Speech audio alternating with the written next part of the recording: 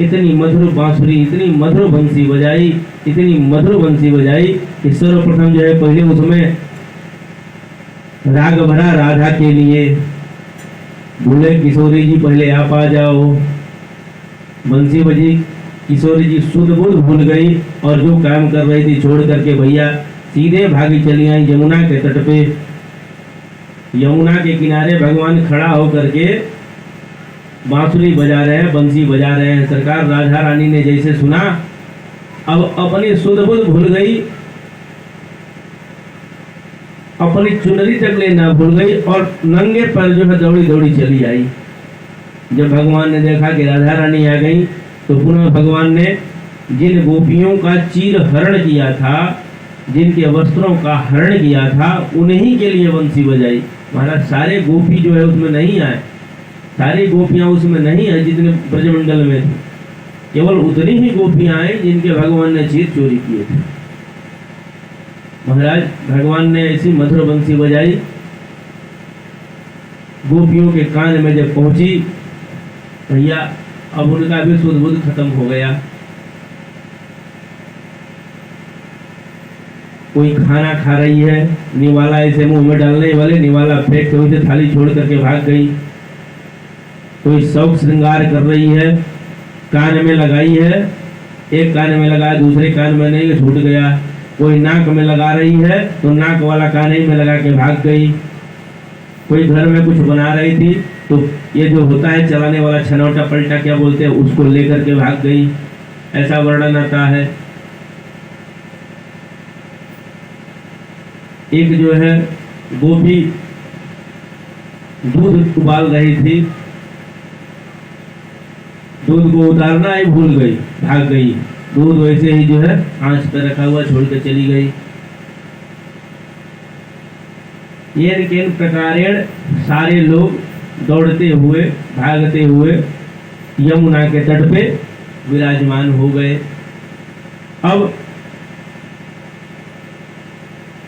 यमुना के तट पे विराजमान हुए महाराज, बोले भगवन्ना पिताम्रात्रि शरदोत्फुल्लमल्लिकां वीक्षम्रन्दुमनश्चक्रे योगमायामुपस्थिता। प्रभु अपने योग माया को साथ में लिए बुला लिए हैं। अब गोपियां आई हैं, राधा रानी भी आ गई हैं, तो भगवान की लीला देखिए, उनकी माया देखिए, क्या सोच रहे हैं, उनकी लीला क्या है, क्या करने की चेष्टा कर रहे हैं। बोले महाराज निशम्य गीतम तदंगवर्धनम ब्रजस्त्रिय कृष्ण गृहीतमानसा आजाग्मुनिरोयमलचेतोद्यमासा यत्र कांतो जयलोलकुंडा। बोले महाराज बंसी भगवान ने जो बजाई है, महाराज बंसी जो है केवल 2 बार बजाई है, इसका प्रमाण है। जैसे ही भगवान की बंसी बजी, गोपियां आ गई और जो बंसी बजी उस बंसी के जो बंसी का जो धुन निकला है महाराज, उसी को ऋषि मुनि साधु संत वेणु गीत कहते हैं। बोले ये इति वेणुनम राजनम सर्वभूत मनोहरम। अब भैया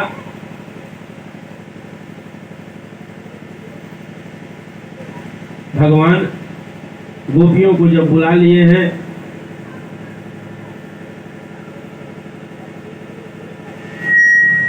जय श्री राम, जय श्री राम।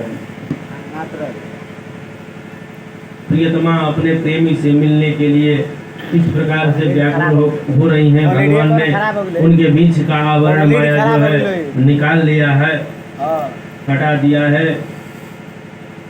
बोले प्रथम सुने भागवत भक्त मुख भगवत वाणी, द्वितीय आराध्य भक्ति व्यास नव भांति बखानी, तृतीय करे गुरु समझ दक्ष सर्वज्ञ रसीले, चौथे हो विरक्त बसे वनराजशीली,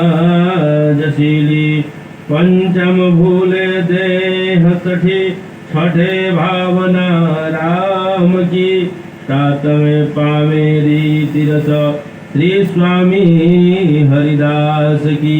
गोपियां जब आई हैं तो भगवान ने बड़ा हंस करके स्वागत किया, बोले आइए आइए देवियों आइए।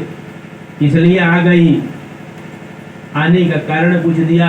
अब गोपियों का जो है भाव ही बदल गया, मन ही बदल गया। बोले देखो भैया, इसका स्वभाव इतना बड़ा हो गया, आज तक नहीं बदला। पहले तो खुद ही बंसी बजा के बुला ली और अब पूछ रहा है क्यों आया।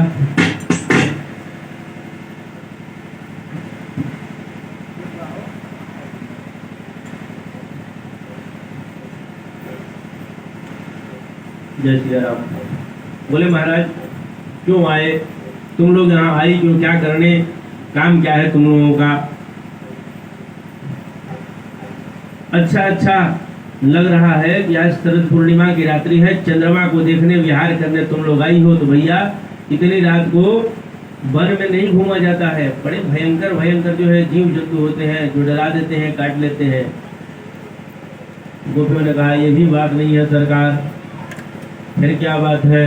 अच्छा आप समझ में आया, लगता है अपने पति परमेश्वरों से आप लोग झगड़ा करके चली आई है। फिर गर्दन हिल गई गोपियों की। बोले भैया ये भी बात नहीं है। बोले भगवान रात घूमने नहीं आई, चांदनी का दर्शन, चांद का दर्शन करने नहीं आई, पति से झगड़ा नहीं हुआ, तब तो जरूर किसी की तबीयत बिगड़ी होगी। बोले ये भी बात नहीं है महाराज, तब तुम लोगों की आदत अभी छूटी नहीं, लग रहा है यमुना में स्नान करने आई होगी। बोले ये भी बात नहीं है महाराज। भगवान कहे जब ये बात नहीं तो आखिर बात क्या है। अब गोपियों ने जो है महाराज बड़े भाव से 11 श्लोकों में जवाब दिया है। 11 श्लोकों में बहुत बढ़िया जवाब दिया है।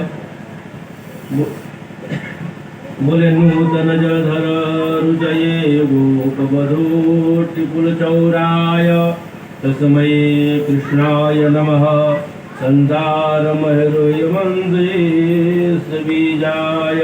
बोले महाराज गोपा जीवा ऐसा बलुद्वह बुधयम नासः आवरणानि अज्ञानानि।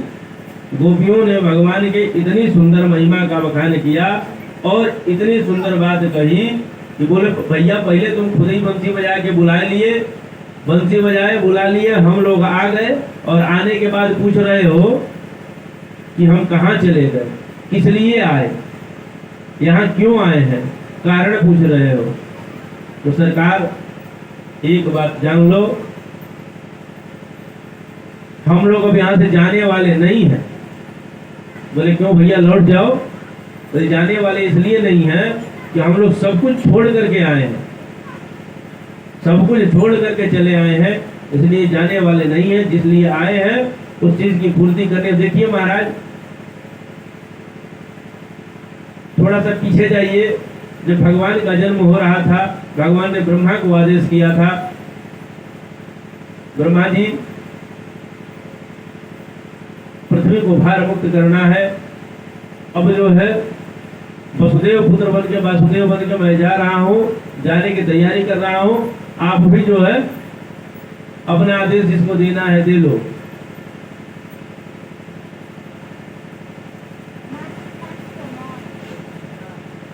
भगवान ने जब ब्रह्मा जी को आदेश किया था तब ब्रह्मा जी महाराज जो है क्या किए कि जितने देवी देवता साधु संत थे सबको आदेशित कर दिए, आदेश सबको दे दिए कि भैया देखो भगवान का अवतार होने वाला है। और जान गए तो निकल लो तुम लोग भी धीरे धीरे कहीं ना कहीं जाकर के अपना सेटलमेंट कर लो पुणे अतरे में, क्योंकि यह लीला जल्दी मिलती नहीं है। अब जितने देवी देवता थे वो सबने पूछा ब्रह्मा जी से क्यों ब्रह्मा जी अकेले जाने के लिए कह रहे हैं कि तो अकेले जाया जाए।